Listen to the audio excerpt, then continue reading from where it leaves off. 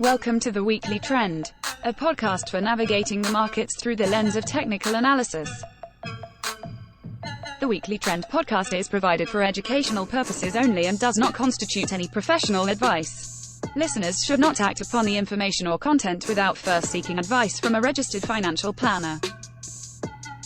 Welcome back to the Weekly Trend podcast. Today is Friday, September 19th, 2025. S&P 500 currently sitting at 6634. I'm David Zarling. I'm here with Ian McMillan. Took a week off for a moment of silence last week. Good to be back on here with you this week. So plenty to cover. Where would you want to start? Stock's up a little bit. You said 66.34. Yes. Yeah, that's got to be the highest number we've ever started off with. Yeah, it is. Another all-time high. All-time highs for Dow, NASDAQ, S&P, and oh man, last. So, and sometimes least. I mean, Russell still has some work to do. But our friend Russell made it back. 3.5-year highs. Something around there. Maybe just 3. 2021. No. So 4. 4-year highs. It's pretty amazing. For some kids out there, this is their first small cap all-time high. Yeah.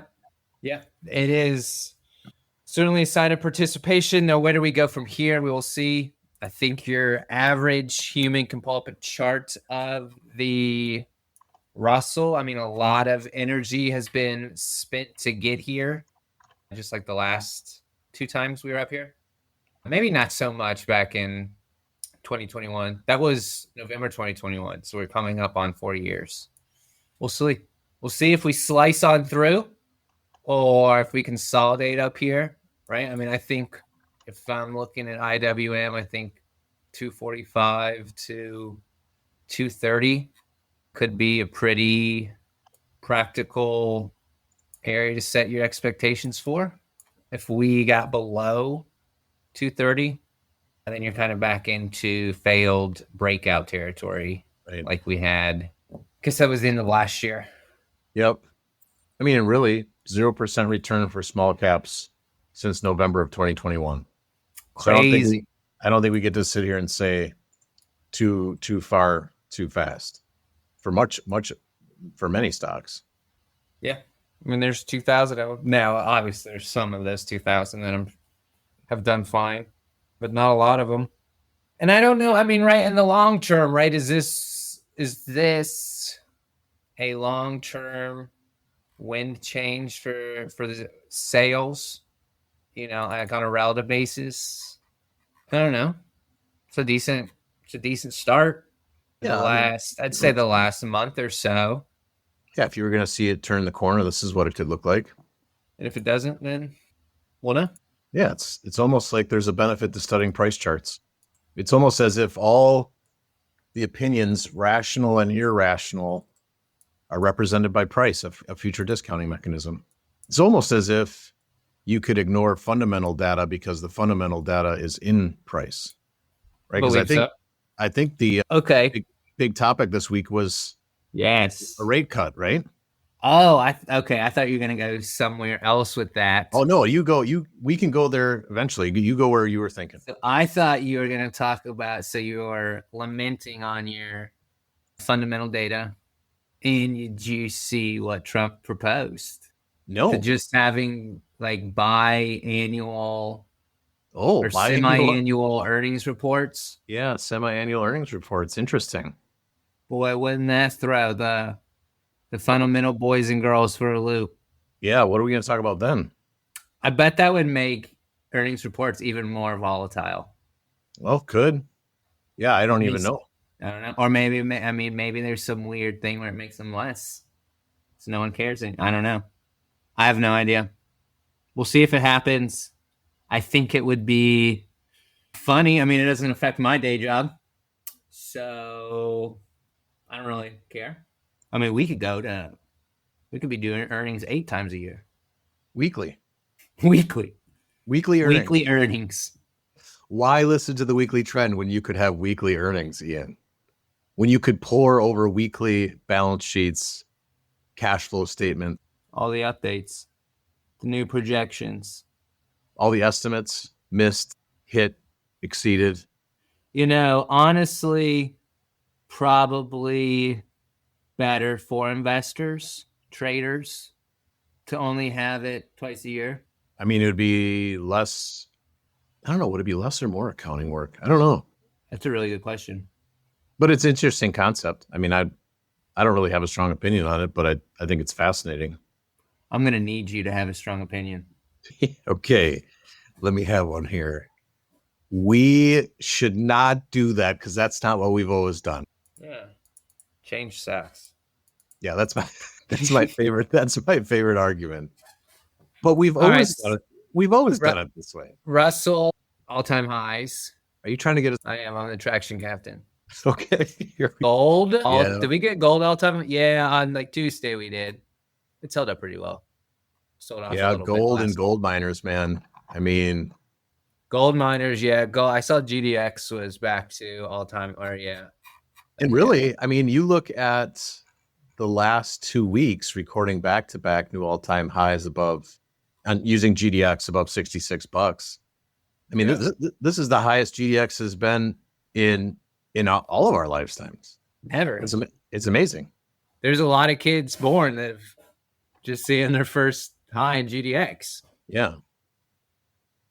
And I mean, now the way it looks on a relative basis too is pretty solid when you compare it to. Hey, you don't have to sell me. Oh, I know I don't. You don't have to sell me on the miners of the gold. You finally caught your bucking bronco, and I'm proud of you. And you could, I mean, legitimately on a relative basis, there could be 27% more alpha in this thing. Well, then here's the thing: is I'm talking like physical here, but like silver versus gold, SLV versus GLD.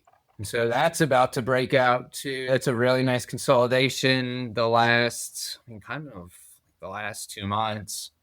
Yeah.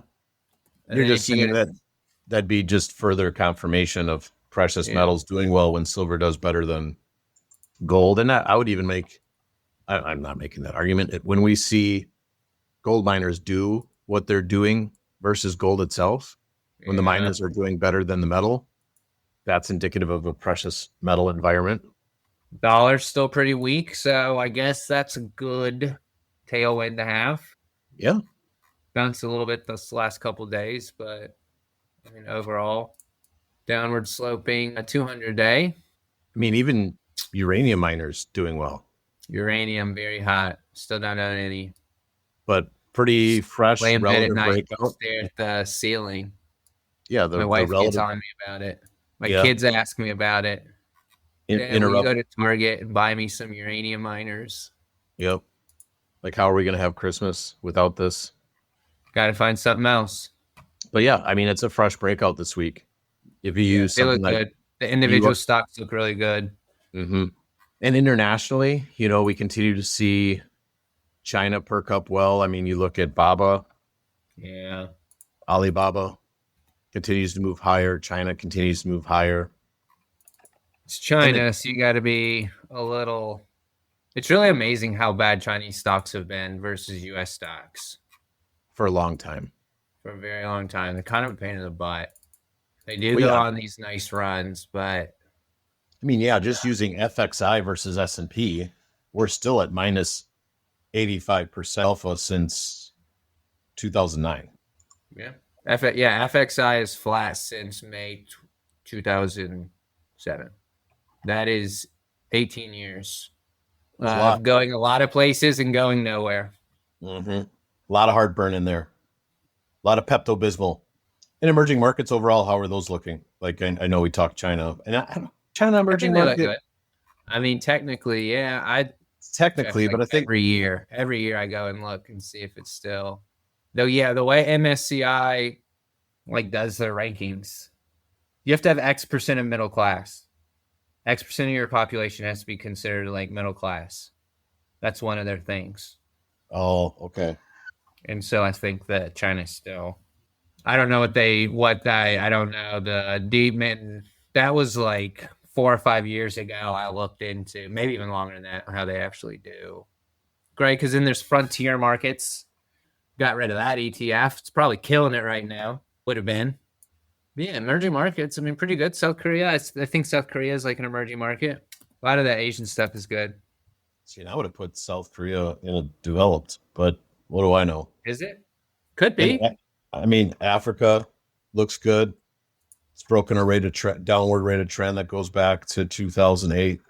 So not too shabby out of emerging markets. I mean, even ILF is breaking a rate of trend that goes back to 2008.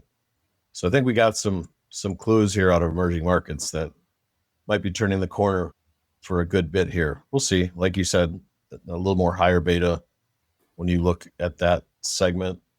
And then when you look further international, I mean, Japan continues to follow through on its 30-year breakout on an absolute basis. Not too shabby. And speaking of high beta, one of your favorite relationships, high beta versus low vol. Yeah. Continues to confirm. Looks good. Here we go. South Korea is classified as an emerging market. So it kind of goes, I mean, you're kind of right. So it basically checks all, MSCI say basically checks all the boxes for a developed market except for market accessibility for foreign investors. Interesting. It's known as the Korea discount. The gap between South Korea's economic development and its emerging market classification leads to a phenomenon known as the Korean discount.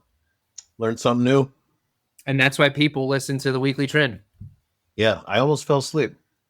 I wasn't saying that to be mean. I was just saying it's a good fundamental. Yeah. Good fundamental. Sometimes you got to go down the rabbit hole real quick. That's right. So that's interesting. So does that mean China would have checked the access part, but not the middle class part? Yeah, I guess so. Right? Yeah, China, I mean, clearly very accessible. Interesting. India, very accessible. So accessible, they reach out to you via text and email. That's how accessible it is to spend money in India. It's amazing. Now I'm awake. It's great. So you said earlier that we cut rates this week? Yeah, I find it fascinating. I had someone approach me talking about it. Oh. Told them I didn't want to be rude, but didn't care. I understand why people care. But since rates have been cut, rates in the credit market have risen. Is that how this works? The Fed cuts rates. Yeah. And we see treasuries fall and rates go up. So it's interesting. I mean, it is what it is.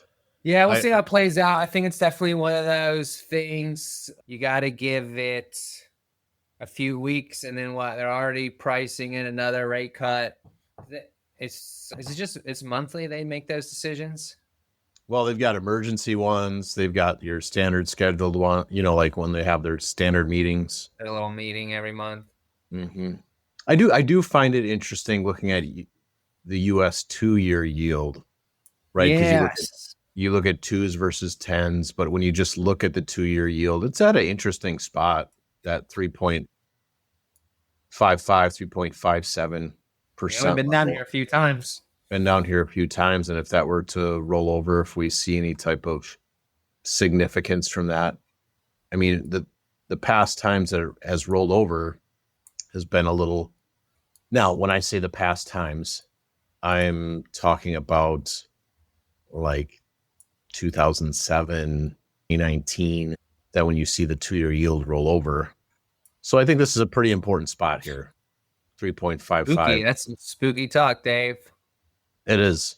Well, Halloween season is upon us. It is. I'm sure the spirit. And that wouldn't be fun.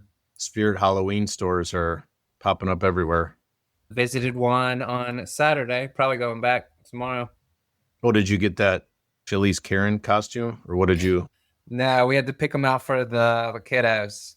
Wow, you're on it. I mean, we are on it. We are very on it this year. Getting in early. You got to get first pick. Yeah. You don't want any picked over. So what are the kids going to be? Or should we cover that more when closer to Halloween? Yeah, maybe we'll cover it on our Halloween special. Halloween special. But yeah, I think, I think it's always important to look at things that challenge your thesis, right? Because I think our listeners know that since the breath thrusts we saw back in April, we've been pretty bullish, and because price has confirmed it, not because we know anything special, it's just following price. And so you always want to look at things that challenge that thesis. And I think the 2-year yield could be one of those things. Like if I were to say, that's a little bit of something worth paying attention to, it would be those 2-year yields. That if we're going to roll over and see high demand for short-term cash, maybe that's indicative of a little bit of concern in the market. We'll see. Yeah, we got to see this 3.55 level hold. We still see triple C credit spreads trending down. Yeah. Maybe a minor divergence here versus equities as a whole. So you always want to look at things that are going to challenge your thesis. I mean, you got things that are confirming your thesis. When your top sectors year to date are communication services, technology, industrials, when you're seeing small caps go out to new all-time highs, when you're seeing financials participate or staples participate, but not necessarily lead on a relative basis, when you're seeing emerging market strength, those are hallmarks of a bull market. And so you just want to look at what are things that are potentially not. And maybe this 2-year yield thing is something. I don't know. And we won't know for a while. What else are we seeing out there? What else is worth highlighting for our listeners? You just mentioned communication services and tech. I would say those are still two areas to hang out. We've kind of lost industrials. Yeah, what do you think about industrials? Lost financials. I mean, they look fine on an absolute base. I actually really like the industrial XLI. I think that has a lot of potential for Q4. Yeah, and we haven't it's not like, healthcare hasn't done much, right? We had the big healthcare relative pop. It was like a month ago, like mid or late August. Now discretionary has gotten better. Well, and that's another one, right? If you look at and retail looks good. I mean, a lot of the retail stuff is not too bad. Well, discretionary versus staples on an equal weighted basis continues to confirm risk on. So you look at something like RSPD and versus RSPS, new all-time highs. Yeah. You mentioned healthcare. What I find fascinating is if you look at IBB biotech, which is in healthcare, versus XLV, we have a base breakout on our hands. So we're talking about risk taking within the healthcare sector, even though healthcare, broadly speaking, like your large cap healthcare, not looking so great.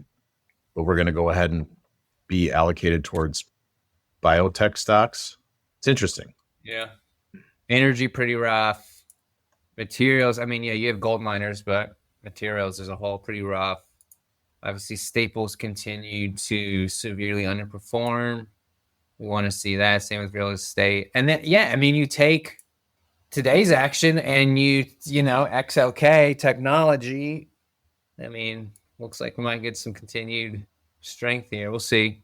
Yeah, the MAGs go out to new all-time highs on a relative basis. MAGs is going out to, FANG's going out to new all-time highs. Large cap or mega cap, MGK versus S&P trying to go out to new all-time highs. Semiconductors had a big day yesterday. Yeah, a little cooling today, but that's okay. They were pretty on fire yesterday. All-time highs, not new relative all-time highs, but they continue to.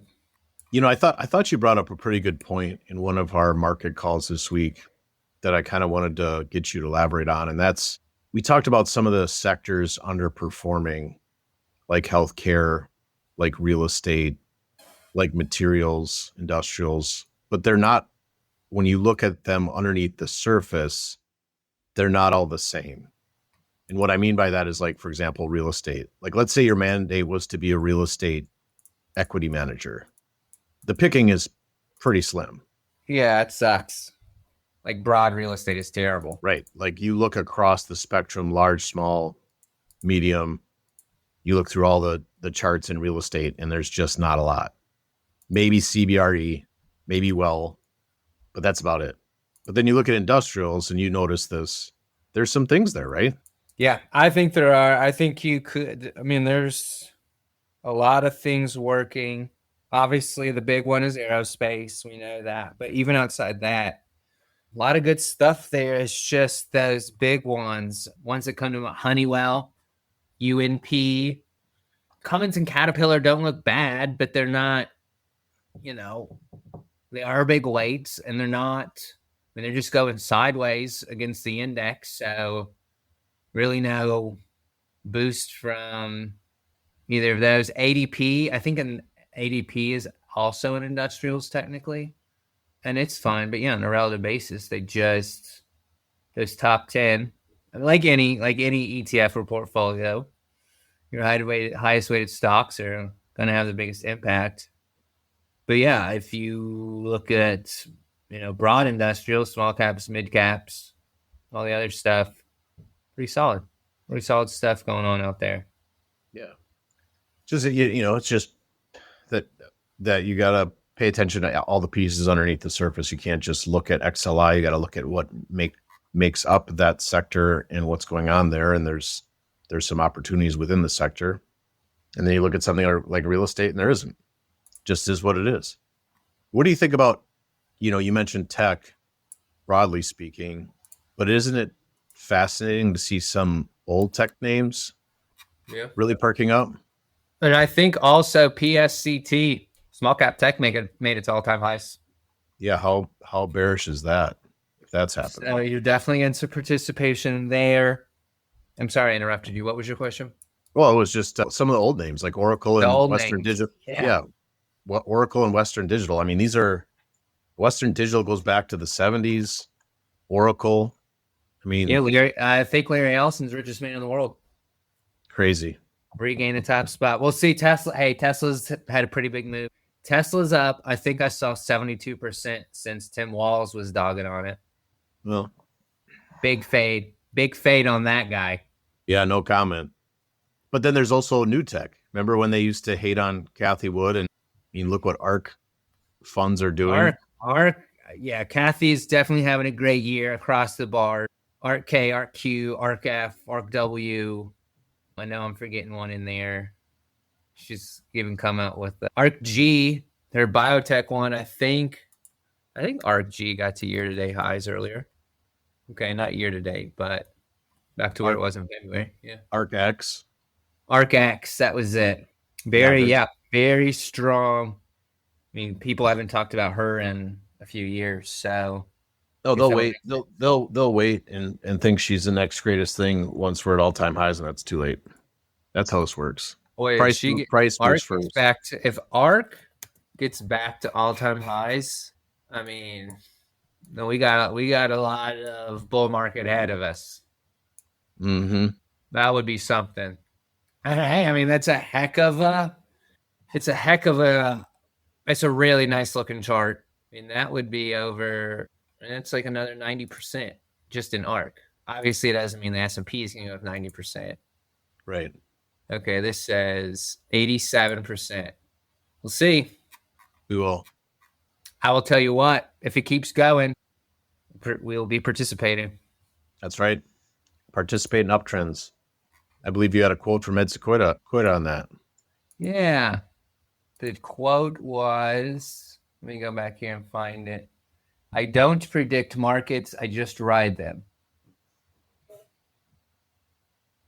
Makes sense. Sequoia, very famous trend follower. Why get caught up in predictions? Couldn't predicted anything. Couldn't predicted that Intel was going to get, what was it? NVIDIA took a stake in them? That could be. I thought the U.S. government was talking about taking a stake in them. Yeah, I think they convinced NVIDIA to do it. Oh, okay. Probably better. It's better. We need private partnerships, not with the government. Agreed. So I think it's appropriate to make sure we highlight the sponsor of this podcast, the Adaptive Select ETF, listed on the New York Stock Exchange under ticker ADPV, which helps investors access two of the most prevalent factors in markets, momentum and relative strength. Through proprietary identification methods, the Adaptive Select ETF attempts to own the strongest 25 large cap stocks when the market is in an uptrend. And since not all market environments are the same, Adaptive Select seeks to prevent extended declines by moving to short-term treasury bills and cash during long-term market downtrends. Investors can find out more, including how to invest in ADPV, by visiting apvetf.com or calling 1-833-880-5200. Investing involves risk, including possible loss of principal. ADPV is distributed by Quasar Distributors, LLC. We really appreciate their support. Helps us deliver this message to our listeners. Anything else you want to highlight, Ian, before I ask those listening to give us a high ranking and share us with others?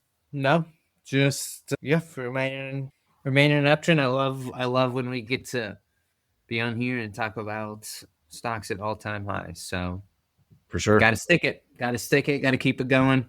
Got to confirm. So we can continue to see uptrend and bullish behavior. There's a couple red flags that we've highlighted, but we really appreciate everybody listening, all the great listenership that we have. We ask you to share it with your friends, give us a high ranking on your platform of choice. We appreciate it. Weekend, everyone.